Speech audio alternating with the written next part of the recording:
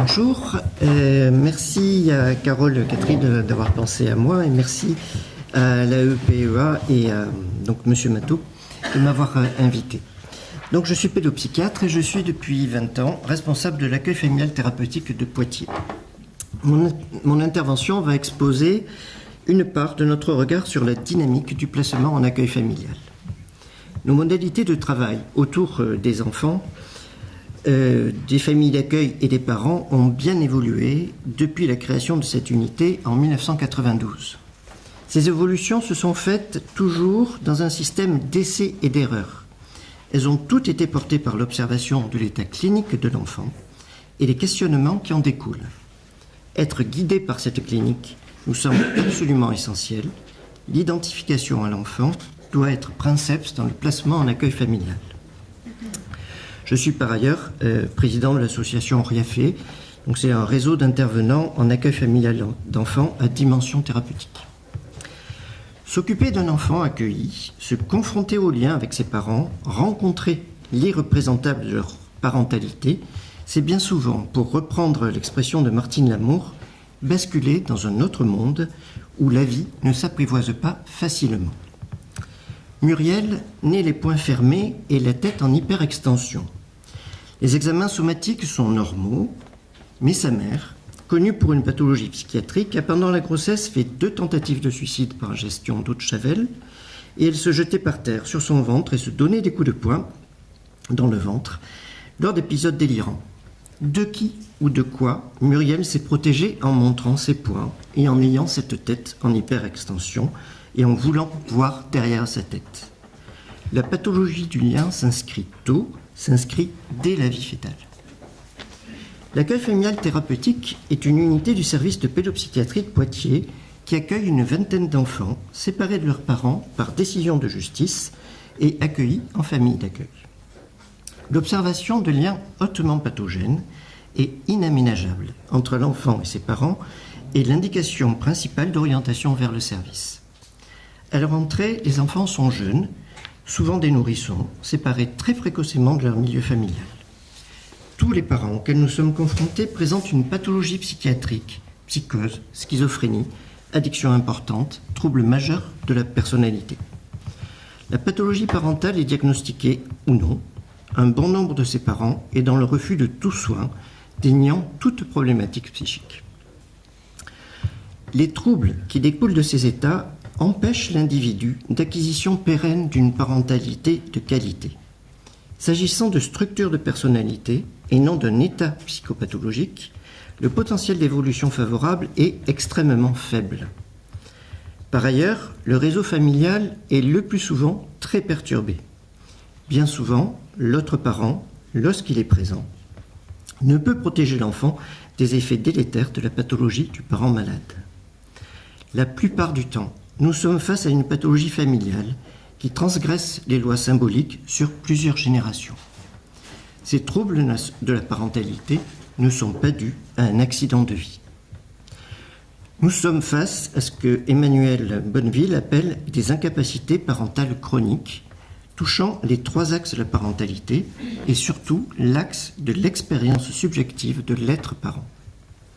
S'il est important dans ces situations pour l'enfant de connaître son parent pour comprendre son histoire et de lier potentiellement un attachement avec lui, il est tout aussi important que les processus d'attachement soient portés par une personne stable, investie, ayant elle-même une capacité parentale suffisamment bonne et prévisible afin que l'enfant construise une base sécure de développement. La suppléance parentale s'inscrit dès lors dans le long cours. C'est sur cette nécessité que nous avons construit le projet médical du service, dont le but est que le développement de l'enfant soit le plus harmonieux possible en fonction de ses compétences propres, tout en maintenant un lien avec ses parents. Ce lien est porté directement par des rencontres ou indirectement par l'équipe. Avec ses parents, de quel enfant parle-t-on? De l'enfant réel? Pas vraiment. Madame P. parle de son fils Paul, comme d'un étudiant au cursus de commerce. Elle énonce « Oh, il faut qu'il ait une montre. Je vais lui en offrir une. Et à la prochaine visite, je lui apprendrai à lire l'heure. Paul est âgé de 7 mois. Avant d'aller plus loin dans cet exposé du portage des liens dans le service, je vous propose des petits rappels théoriques soulignant l'influence du milieu sur le développement de l'enfant que j'émaillerai de courtes vignettes cliniques pour rappeler les réalités interactionnelles auxquelles ces enfants sont confrontés. Tout d'abord, l'attachement. L'attachement est un besoin primaire. La survie du petit homme dépend de la possibilité de s'agripper psychiquement à un premier objet d'attachement. Les connaissances sur les compétences du nouveau-né montrent leur appétence à s'agripper électivement à leur mère. Mais nous savons aussi la capacité du nouveau-né à se détourner d'une figure maternelle non satisfaisante et d'investir alors une figure maternelle plus compétente. À 3 jours de vie, le personnel de la maternité observe que Martine fuit le regard de ses parents, que le portage par eux est difficile et qu'il provoque beaucoup de pleurs. Nous retrouverons Martine, alors âgée de 6 ans, dans une vignette clinique plus tard dans l'exposé, qui vous montrera que ce détournement du regard n'a rien d'un trouble du spectre autistique, mais que du haut de ses 3 jours de vie et de ses 9 mois de vie in utero, elle sait discriminer déjà les qualités de portage et donc de partage. Il est psychiquement vital pour un bébé de pouvoir établir un lien sécure et permanent avec un objet d'élection. La disponibilité de l'adulte, sa stabilité, sa prévisibilité, le caractère approprié et ajusté des réponses aux signaux de l'enfant concourent à créer chez le bébé, au fur et à mesure qu'il voit ses besoins comblés, l'émergence progressive d'un sentiment de sécurité et de confiance en sa valeur personnelle. L'enfant développe à partir de ces interactions des représentations de lui-même en relation avec ses figures d'attachement. Ces représentations constituent des modèles internes opérants qui sont inconscients. La capacité d'établir un lien sélectif avec une figure d'attachement stable dans les 2 premières années de vie constitue un facteur décisif du développement normal. Par contre, l'expérience de relations caractérisée par le chaos, l'imprévisibilité, le délaissement induit l'intériorisation de processus d'attachement qui vont nuire alors au développement relationnel de l'enfant, amenant des troubles durables de la socialisation. En effet, les modèles internes opérants qui se fixent très rapidement, ils sont très résistants au changement. L'enfant alors se lie de façon superficielle aux adultes et développe des comportements sociaux inadéquats. Avec ses parents, du fait de toute puissance de l'enfant imaginaire, la rencontre de l'enfant réel rend celui-ci persécuteur. Madame P, avant la visite, parle de son fils Paul comme étant son soleil, sa joie de vivre, son plaisir, sa merveille. Elle ne pense qu'à lui depuis plusieurs jours et elle y est très très très fortement attachée. Ensemble, ils se comprennent. Madame P entre dans la salle de visite médiatisée. Paul, âgé de 5 mois, de l'enjeu sur le dos d'un joli petit bébé. Un filet de salive coule à partir de la commissure de ses lèvres. Madame P s'en aperçoit très rapidement. Elle réagit immédiatement. « Oh, tu le fais exprès, tu baves, tu sais que je n'aime pas ça. Ah, mais c'est dégoûtant !» Joignant l'acte à la parole, elle prend des mouchoirs en papier, elle essuie la bouche et le menton de Paul, de manière si vive et appuyée que le bas du visage en est tout rougi. On n'a pas eu le temps de réagir. Paul n'a pas bougé. Pour se défendre, se protéger, il est devenu tout mou, sans aucune protestation. Que nous apprennent ou nous confirment les neurosciences ? Un nouveau-né met en place chaque minute 2 millions de synapses. Les neurobiologistes insistent sur le rôle déterminant que joue la qualité des interactions précoces dans l'évolution des facultés du sujet, considérant le cerveau comme un organe bio-environnemental. Ainsi, la capacité du sujet à réguler les émotions dans la relation aux autres dépend du développement du système orbitofrontal. Ce développement découle de l'expérience d'interaction précoce adéquate pendant les 3 premières années de vie. Cette adéquation est caractérisée par un niveau suffisant d'interaction affective synchrone et par une faible fréquence d'expérience de stress ou de stress rapidement régulés par l'environnement. La constitution de la régulation des émotions se trouve entravée par la confrontation récurrente et prolongée au dysfonctionnement de l'environnement. Les enfants ayant vécu des traumatismes relationnels précoces de façon récurrente et prolongée ont donc construit des systèmes neuronaux organisés pour réagir rapidement et de façon défensive à ce qui est interprété comme des menaces, créant ainsi des états d'alarme. Même si des réseaux secondaires peuvent être construits dans un deuxième temps, c'est prioritairement les réseaux neuronaux primaires qui sont employés. L'enfant a tendance alors à répéter ces systèmes adaptatifs premiers de défense et de compréhension du monde. Les carences et les négligences entraînent de même la création de systèmes adaptatifs primaires. Il est alors difficile pour l'enfant de reconnaître l'environnement attentif et réconfortant qu'il va rencontrer plus tard. Si la modification de l'environnement est indispensable, elle n'est pas suffisante pour les modifier. Ceci va demander un long temps d'accompagnement qui ne se limite pas à de l'éducatif.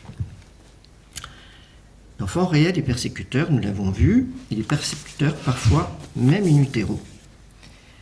Madame C attend son deuxième enfant. Du fait de sa psychose, sa grossesse est ponctuée de nombreuses hospitalisations en psychiatrie, en plus de son suivi programmé en hôpital de jour. Lors d'une réunion pluridisciplinaire de préparation de l'arrivée de l'enfant, l'équipe de psychiatrie adulte fait part de sa fatigue du fait des sollicitations multiples de Madame C pendant cette grossesse.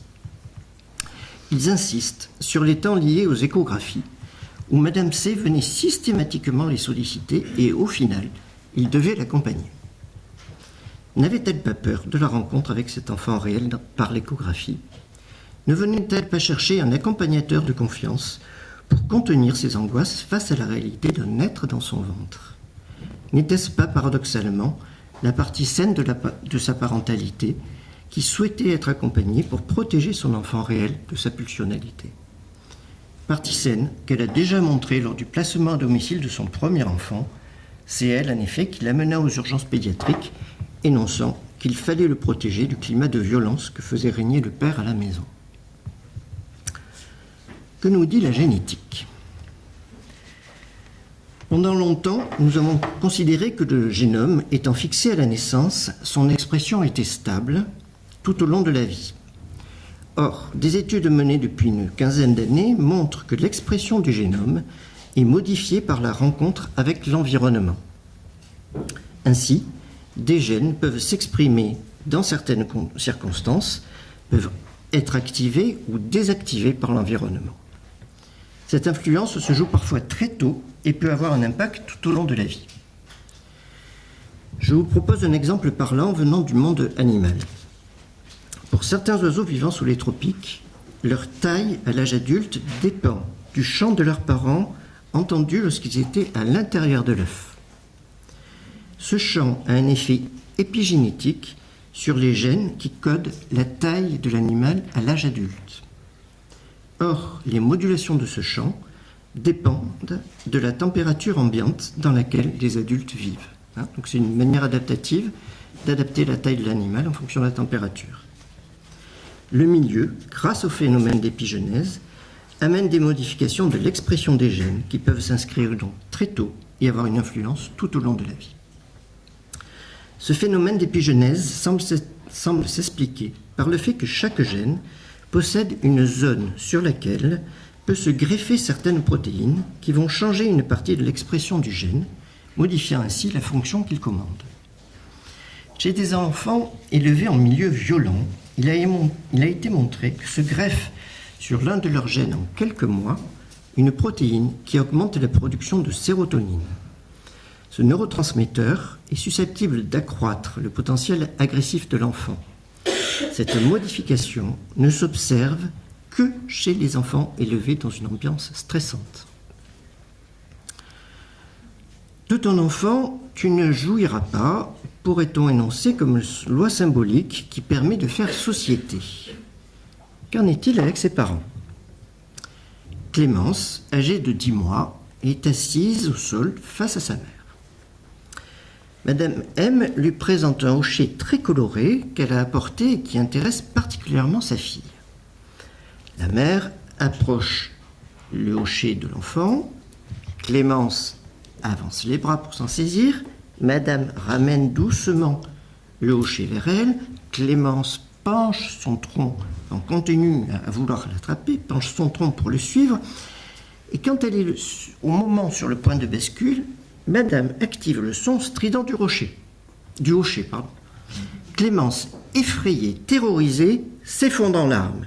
La mère se tourne vers nous, nous prenant en témoin avec jouissance. « Ah, vous avez vu ? Ah, vous avez vu, hein ? Elle a eu peur. » À qu'elle a eu peur ? Qu'entend-on par traumatisme relationnel précoce ?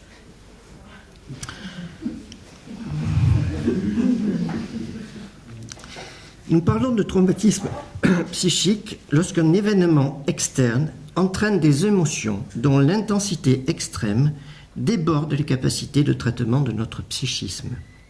Ce débordement, cette effraction de notre enveloppe émotionnelle et de pensée crée le traumatisme psychique. Le psychisme naissant du nouveau-né est facilement débordé par des expériences émotionnelles. Il n'est qu'à observer les états dans lesquels se mettent les nourrissons lorsqu'un biberon, une tétée, tarde à venir. Les très jeunes enfants, confrontés à de la négligence, à de l'imprévisibilité parentale ou au chaos du fait de leurs parents, ne trouvent pas de façon récurrente la satisfaction de leurs besoins primaires dans le laps de temps où ils sont capables de contenir leur éprouvé physique et émotionnel. La tension interne de l'enfant vient déborder sa capacité de contenance, lui faisant vivre alors des éprouvés physiques et psychiques intenses de désespoir, de mort, de crainte de morcellement, de rage. Ce phénomène est le même quand un enfant est confronté à la violence. J'insiste sur le fait qu'un climat de violence, la violence indirecte, est tout aussi traumatique psychiquement que la violence directe. C'est aussi une violence sur l'enfant. Le vécu traumatique se déroule bien souvent en présence de la figure qui devrait être secourable. L'enfant vit alors une solitude d'autant plus difficile à supporter que c'est une solitude en présence de l'adulte devant être maternant. Cet état d'isolement vient attaquer le lien naissant de l'enfant au monde, vient lui apprendre que ce lien à l'autre, qui devrait porter son humanisation, le plaisir besoin d'être ensemble et de faire société, ne le renvoie qu'au vide, à la nécessité d'avoir en soi des capacités autocalmantes ou de stimulation. La confrontation régulière à l'inadéquation parentale ou au climat de violence sont des facteurs caractéristiques des traumatismes relationnels précoces. Nous sommes ici bien loin des ratés ponctuels que nous avons tous vécus, soit en tant qu'enfants, soit fait vivre en tant que parents à nos enfants. Lors de ces ratés, qui font partie de la vie ordinaire, je vous rappelle qu'il y a environ 50% des interactions parents-enfants qui ratent. C'est-à-dire soit parce que l'enfant va essayer de voir le parent n'est pas dispo, il va essayer une deuxième fois, il n'est pas encore dispo, et la troisième fois, le parent va être dispo. Voilà. Lors de ces ratés qui font partie de la vie ordinaire, le parent, quand il s'en aperçoit, amène un temps de réconfort fait d'empathie humanisante. Ce réconfort fait le lit du partage plus tard, dans son développement, des temps d'accordage affectif. Ces états émotionnels, qui débordent les capacités de contenance psychique, ont, du fait de leur répétition, une incidence sur la constitution des fonctions cérébrales. Sont touchées les fonctions cérébrales complexes telles que la reconnaissance des perceptions corporelles, douleur, froid, la gestion des émotions et l'impulsivité. L'isolement, l'apprentissage que l'autre n'est pas secourable, s'inscrit très tôt dans leur psychisme.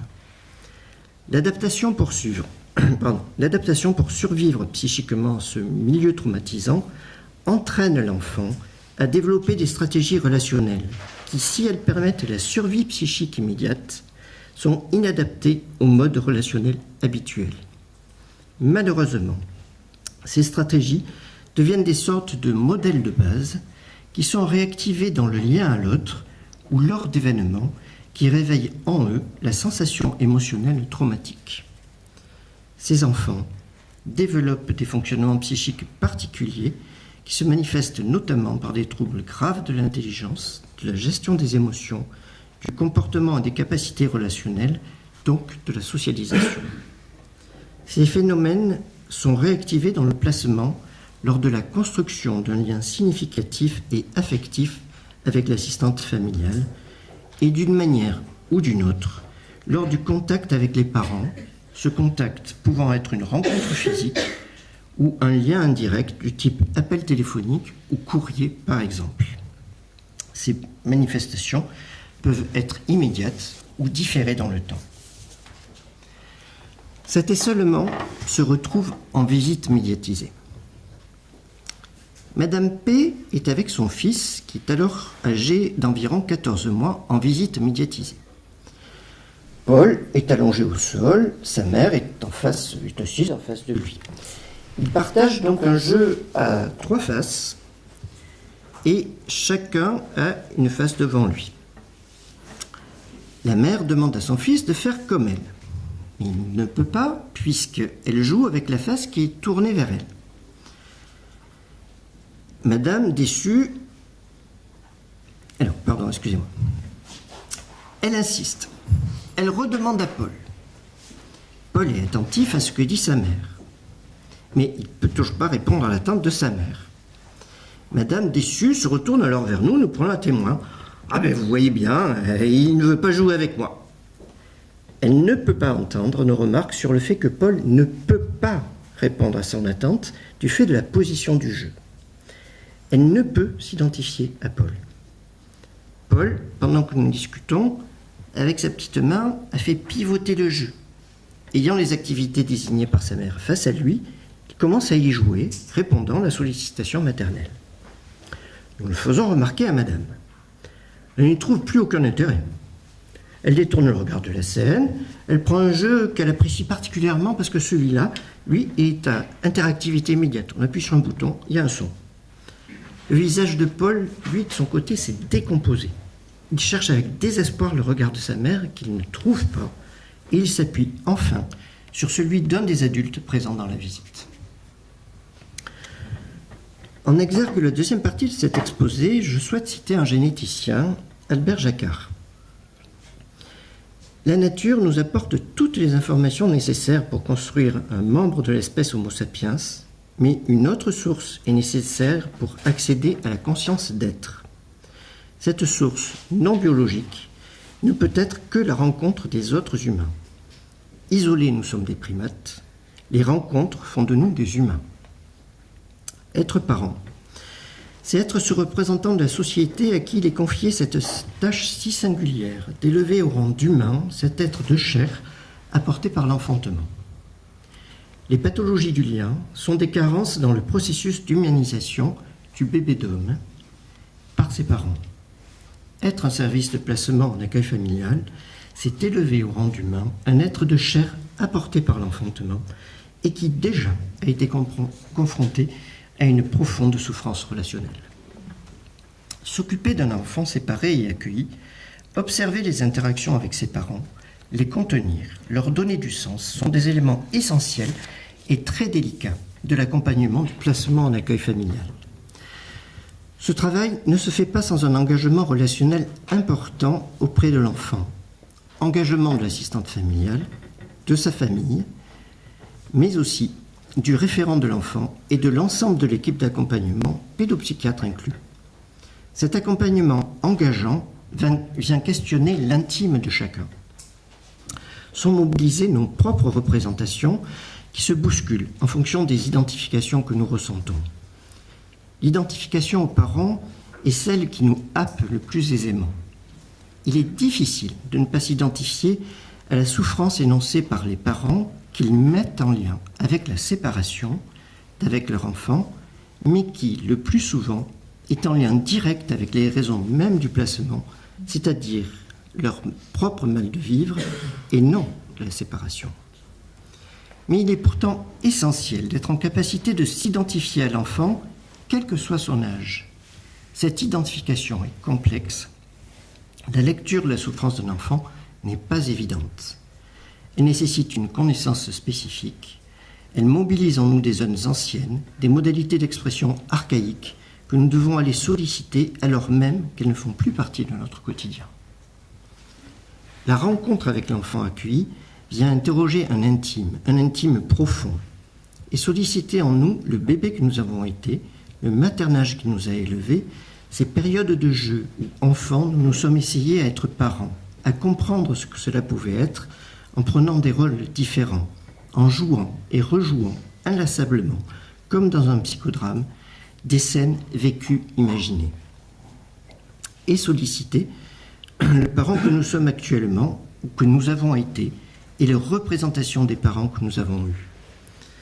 Être confronté à ses enfants, à ses parents, s'occuper d'eux, c'est en continu être questionné sur nos représentations des liens parents-enfants, parce que ce sont ces liens qui sont ici pathogènes et qui sont les vraies raisons de la séparation et donc de l'accueil.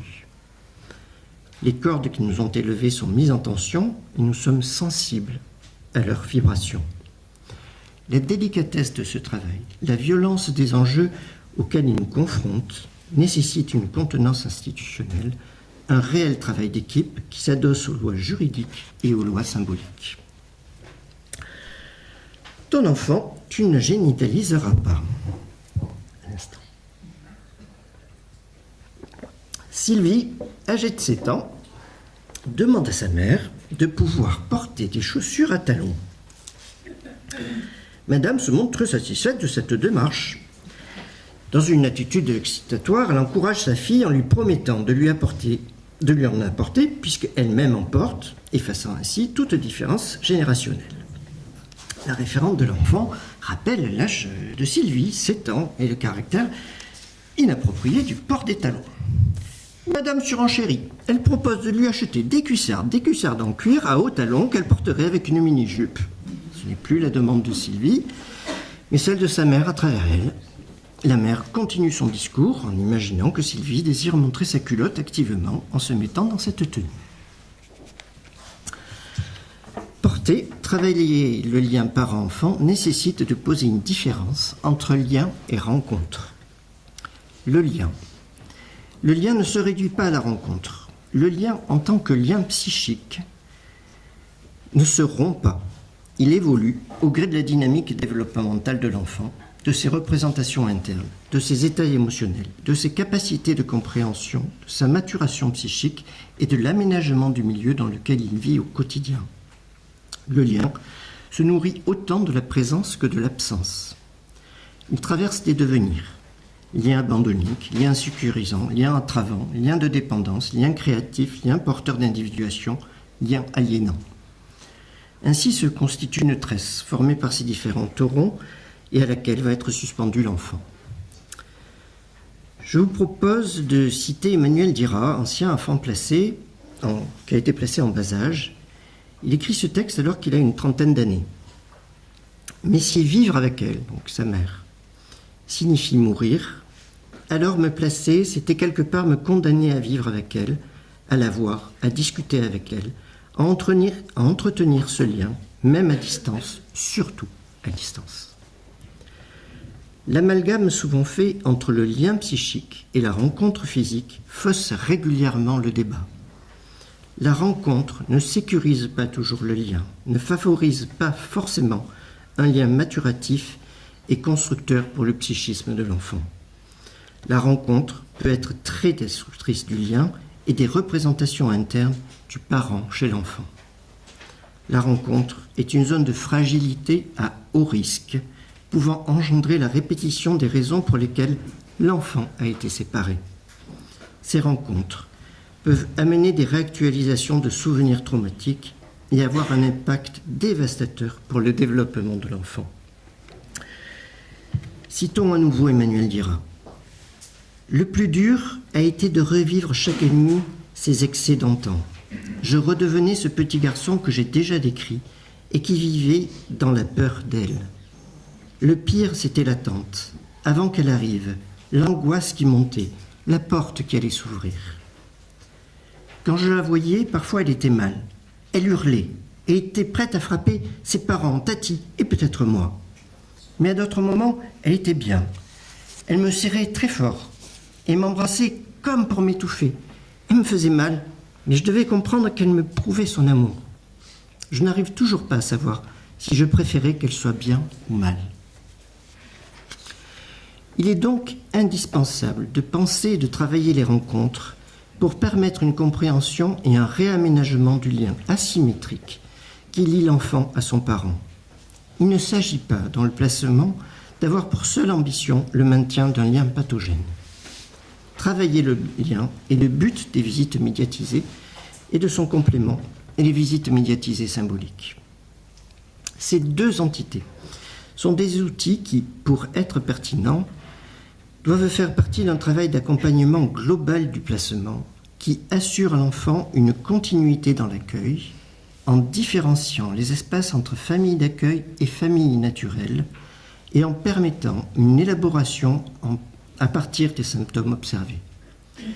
Je me permets d'insister sur cette notion de continuité d'accompagnement de l'enfant, de la famille d'accueil et des parents par des personnes significativement stables. Cette stabilité est essentielle. De même, la différenciation des espaces entre famille d'accueil et famille naturelle est fondamentale.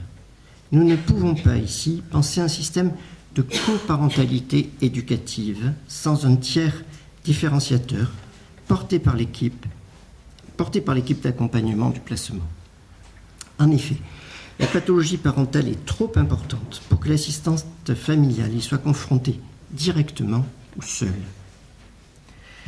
Les visites médiatisées demandent un aménagement de la rythmicité afin que l'enfant bénéficie entre chaque rencontre d'un espace libre de développement.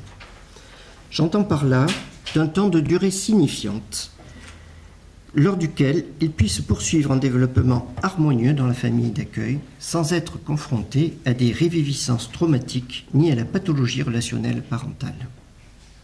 Il est utile, pour définir ce temps, d'utiliser des indicateurs tels que les troubles de l'alimentation, les troubles du sommeil, du comportement, etc., observés avant et après les rencontres avec les parents, chez l'assistante familiale, à l'école ou d'autres lieux fréquentés par l'enfant. L'espacement des rencontres, malgré ce qu'ils en disent, soulage bien souvent, paradoxalement, le parent. Les visites médiatisées nécessitent aussi une continuité de lieu. Elles se déroulent dans un espace institutionnel dédié, adapté, chaleureux, qui vient signifier l'attention du service aux droits de ses parents et de ses enfants à se rencontrer dignement, humainement. L'encadrement se fait par deux personnes dont la présence constante, la continuité d'une visite à l'autre, montre à l'enfant la permanence du cadre et donc porte la garantie d'un lieu de rencontre sécurisant, prévisible, malgré les imprévisibilités parentales. La visite médiatisée commence par un temps d'accueil du parent par la personne porteuse de la fonction de référent visite. Cet espace devient un réceptacle bienveillant, mais contenant, des récriminations autour du placement et au-delà du mal-être, du mal de vie du parent. C'est bien souvent le seul lieu pour ces personnes où elles sont écoutées dans leur souffrance. Puis, le référent visite prépare le parent à la rencontre avec l'enfant. Le temps d'accueil permet aussi d'évaluer l'état psychique parental et, en fonction, la possibilité ou non du déroulement de la visite. Pendant ce temps, l'enfant et son assistante familiale sont accueillis dans un autre lieu par la référente de l'enfant, lieu qui devient lieu de séparation de l'enfant avec son assistante familiale. Le référent prépare l'enfant à la rencontre, puis l'installe dans la salle de visite médiatisée. La rencontre se déroule au rythme des initiatives des parents ou de l'enfant. Le rôle des référents est de soutenir les initiatives réciproques, de contenir l'excitation, de filtrer les contenus pathogènes ou totalement inappropriés qui sont véhiculés verbalement ou par le comportement des parents, de poser des interdits. La fonction de contenance est essentielle, la disponibilité à l'enfant est primordiale. Un temps de goûter est systématiquement proposé. C'est un temps important afin que l'enfant perçoive l'attention de l'équipe aux parents par la connaissance de leurs goûts, de leurs habitudes. Il ne s'agit pas de faire un café, mais d'offrir un café. Cela fait partie des petits signes humanisants de la rencontre.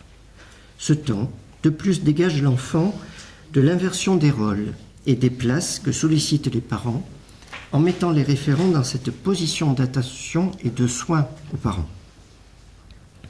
À la fin de la rencontre, le parent sort de la salle accompagné par le référent visite.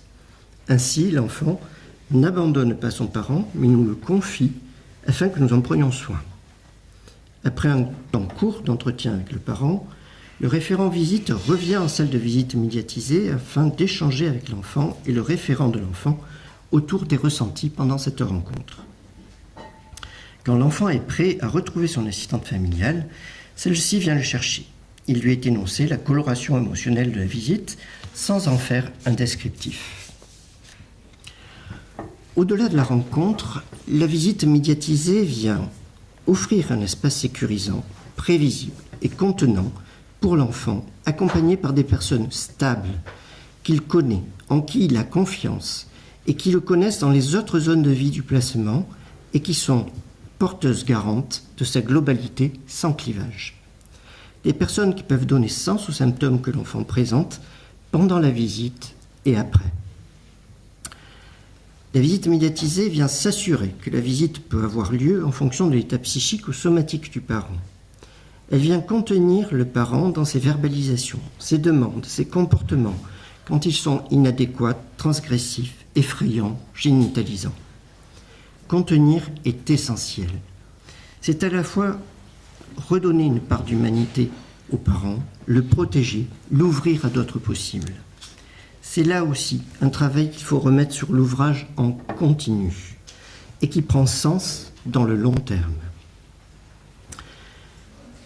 Les visites médiatisées permettent de partager avec l'enfant une réalité du lien avec le parent souvent impensable, indicible par l'enfant et difficilement partageable autrement que par le vivre ensemble. Ce partage donne de la valeur aux référents puisque avec eux, il est possible de parler et de faire référence à ce parent dans sa réalité. Ceci permet qu'à distance de la rencontre, soit travaillée en consultation la réalité du parent. Les visites médiatisées donc proposent à l'enfant l'appareil psychique des référents pour l'aider à mettre en mots les émotions qu'il a ressenties et ainsi lui montrer qu'elles sont partageables et concordantes. Ceci est la base de l'humanisation et du vivre ensemble.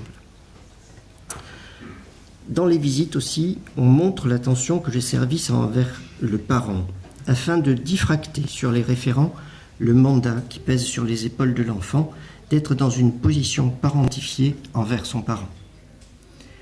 Les visites permettent à l'enfant de transformer le lien à ses parents et ainsi se dégager d'une relation aliénante, faite d'une emprise, de peur, de traumatisme ou de séduction malsaine.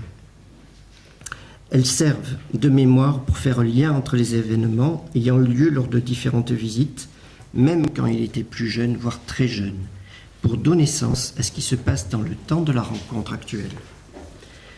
Les visites médiatisées permettent d'être des tuteurs de narrativité de l'enfant, une narrativité qui englobe l'ensemble des espaces du placement, sans zone de clivage entre eux.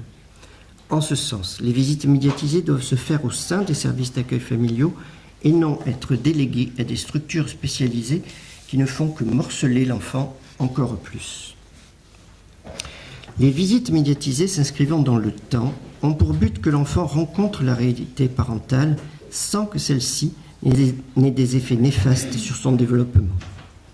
L'enfant, dans un processus lent, en parallèle à ceux de ses développements intellectuel, affectif et social, prend conscience de la réalité parentale et donc des raisons réelles de son placement. La lenteur de ce processus est incontournable. La réalité parentale doit être perçue par l'enfant en fonction de son âge, partagée avec ses référents et non énoncée par ceux-ci comme une vérité. Cette perception-compréhension par l'enfant est un élément essentiel dans la construction de son identité, dans la compréhension de son histoire de vie singulière et représente un élément de narrativité essentiel. Le livre de Charles Juliette, intitulé « Lambeaux », décrit toute l'immense souffrance de ne pas avoir accès à cette connaissance. Je vous en conseille la lecture. Je me permets de citer à nouveau Emmanuel Dira. « Je peux vous dire qu'il aurait fallu que je voie Simone autrement. » Donc Simone, c'est sa mère. « Pas chez Tati, encore moins chez Simone, pas avec mes grands-parents non plus, que l'on m'explique mon histoire, sa maladie, le droit d'être heureux loin d'elle. Mais il fallait que je la voie, parce que sinon le pire était possible. J'aurais pu l'idéaliser, la rechercher en croyant trouver une maman ou lui en vouloir et ne jamais appréhender son état. » En ce sens, les visites médiatisées sont des soins au développement de l'enfant, mais aussi un soin aux parents, qui y découvrent souvent d'autres modalités d'être en lien avec l'enfant, et aussi d'être en lien avec les autres, grâce aux liens qui se tissent au fur et à mesure avec les référents. Dans le long cours, il est toujours étonnant de voir se tisser un attachement du parent envers les référents. C'est bien souvent le signe que le travail de diffraction du mandat qui devait être porté par l'enfant a abouti. Le référent devient le porteur, dégageant ainsi l'enfant de cette tâche lourde et inappropriée d'être parent de son enfant, de son parent, pardon. Martine, je voulais évoquer être jour de vie dans une précédente vignette clinique. Martine a maintenant 6 ans. Elle arrive dans le service accompagnée de sa référente. Une visite était programmée avec sa mère, mais celle-ci s'est décommandée dans l'après-midi. En tant que référent en visite, je les rejoins pour aller en salle de visite médiatisée. « Martine, mais tu viens avec nous? Encore toi? Mais toi, je te veux pas, hein, puis je ne t'aime pas. » Martine, pendant un bon quart d'heure, passez-moi l'expression, m'habille pour un hiver long et très rigoureux, avec ce même thème de rejet.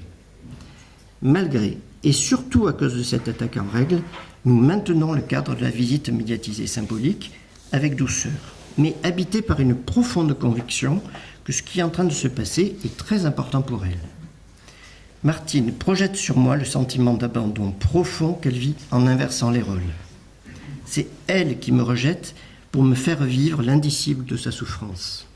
Cette projection sur le référent visite protège le lien à sa référente dans un jeu porté à deux de bons et mauvais objets. Installée dans la salle de visite médiatisée, Martine, après m'avoir fait suffisamment subir, sentir, partager la violence de son sentiment d'abandon, peut enfin se laisser aller à partager sa peine, sa profonde tristesse en pleurant. Elle arrive enfin à exprimer son émotion profonde. Elle met en mots son vécu abandonnique et énonce ses craintes que sa mère ne soit pas venue parce que son père l'aurait frappée. Désamorcer une bombe émotionnelle dans le service permet qu'elle n'explose pas avec plus de puissance chez l'assistante familiale et ouvre à l'enfant un temps de partage et d'élaboration dans la contenance, malgré la souffrance, malgré la violence des affects ressentis. Les visites médiatisées symboliques ont pour but de faire vivre une présence symbolique du parent lors d'une absence concrète de ceux-ci, afin que leur absence ne confronte pas l'enfant à un vide relationnel, mais que le lien parental soit porté par l'équipe. Les visites médiatisées symboliques reprennent le cadre contenant des visites médiatisées. Même lieu dédié aux rencontres avec les parents, présence du référent de l'enfant, du référent visite et de l'enfant, séparés préalablement de son assistante familiale. La reprise du même cadre est essentielle parce qu'il est bien connu de l'enfant, sécurisant pour lui et qu'il symbolise par lui-même une présence parentale. Lors de ces visites, les référents prennent d'abord le temps d'être avec l'enfant, puis ils donnent des nouvelles du parent à l'enfant, reprennent les derniers événements qui se sont déroulés avec celui-ci, l'informent des démarches du service envers son parent et surtout lui offrent un espace où il puisse poser des questions concernant son parent, partager ses sentiments, ses états émotionnels, ses colères, ses désarrois. Les verbalisations des enfants dans ce temps de visite médiatisée symboliques sont le plus souvent étonnantes de délicatesse et de finesse dans la compréhension par l'enfant de ce qui se joue de l'absence du parent et des émotions vécues qui peuvent avoir une certaine violence du fait de l'abandonnisme ressenti ou, à l'opposé, de soulagement du fait de l'absence de rencontres concrètes si difficiles. Il est donc d'autant plus important de recueillir ses sentiments, ses émotions, de les partager, de les discuter avec lui. Les visites médiatisées symboliques sont indiquées quand le parent est absent de manière inopinée à une visite médiatisée ou confronte l'enfant à une longue absence. Il est important que l'attente de la rencontre par l'enfant ne se confronte pas à un vide relationnel, mais soit expliquée, mise en mots, mise en histoire par les personnes dont il sait qu'elles connaissent bien ses parents.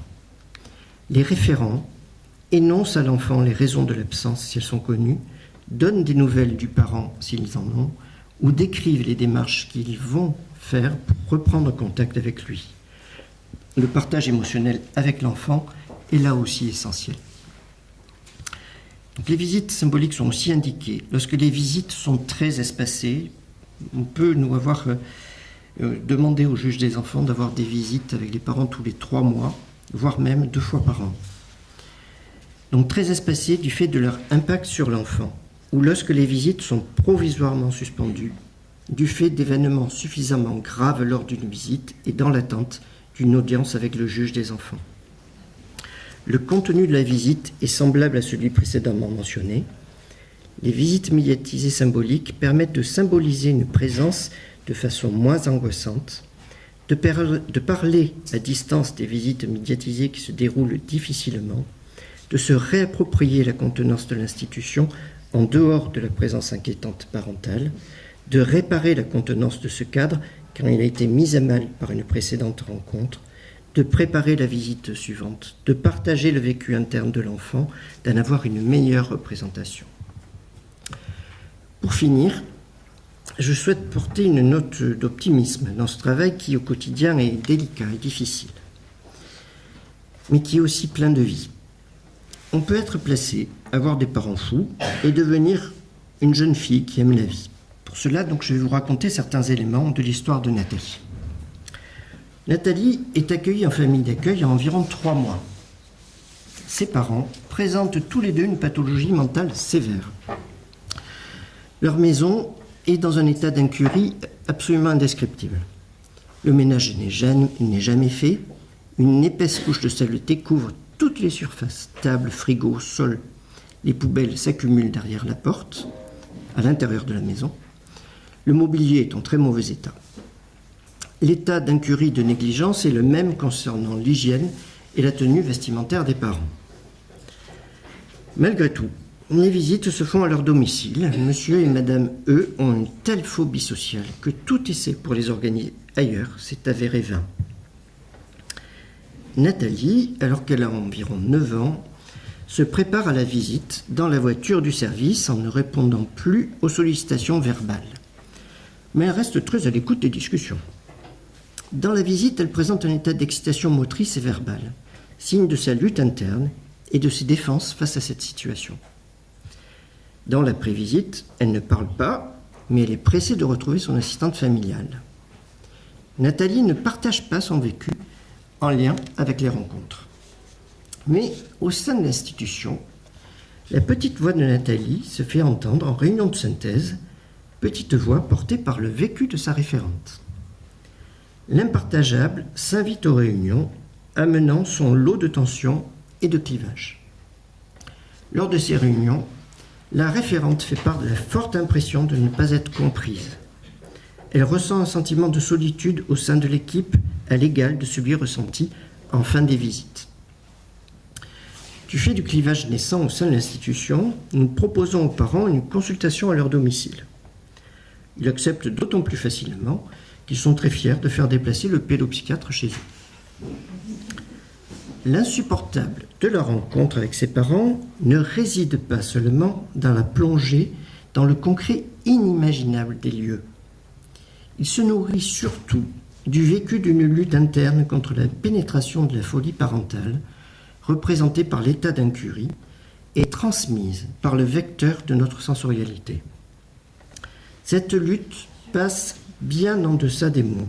Elle s'inscrit dans le corps. Maintien d'une respiration constante pour ne pas avoir à nouveau des hauts le cœur du fait des odeurs incommodantes. Attitude corporelle pour s'asseoir afin de sentir le moins possible le contact collant de la chaise. Bruit en lien avec la saleté qui colle aux chaussures. Bruit de bruxisme, donc de grincement de dents de madame. Impression visuelle d'un niveau de saleté inimaginable, inacceptable, dans une maison habitée et ayant envahi tout l'espace. L'élaboration du ressenti par le partage du vécu a permis ainsi au sein de l'équipe d'effacer le clivage et d'avoir une meilleure représentation du vécu de l'enfant. L'accompagnement de Nathalie a permis que ces rencontres ne soient pas vécues par l'enfant comme des traumatismes répétés. Elle a construit et intériorisé des représentations parentales plus acceptables et plus humanisantes. Nous allons évoquer la période couvrant approximativement l'âge de 6 ans à la majorité de Nathalie. Monsieur et Madame E ont des capacités parentales. Ils sont coopérants pour tout ce qui est en lien avec l'autorité parentale. Ils pensent à leur enfant en dehors de sa présence et font des liens d'une visite à l'autre. Dans la première période, de 6 ans à la période prépubertaire, Nathalie nous montre son désir de soigner ses parents. Ainsi, elle oscille longuement entre être infirmière pour les soigner et cuisinière pour les nourrir. Elle nous sollicite avec insistance sur l'aide que nous pourrions leur apporter. Malgré nos démarches multiples auprès de la psychiatrie adulte, du médecin généraliste, du service des tutelles, nos efforts sont vains pour faire évoluer cette situation. À l'école, la tenue des cahiers de Nathalie est un indicateur de visite. Lors des semaines où elles ont lieu, les pages sont chiffonnées et maculées de taches. Le cadre des visites est aménagé afin de ne pas confronter Nathalie aux alcoolisations trop importantes de son père. Elle montre par ailleurs le besoin de voir ses parents. Elle présente une symptomatologie dépressive lorsque les visites s'annulent sur plusieurs mois. Au cours des visites, les parents font référence à leur histoire familiale.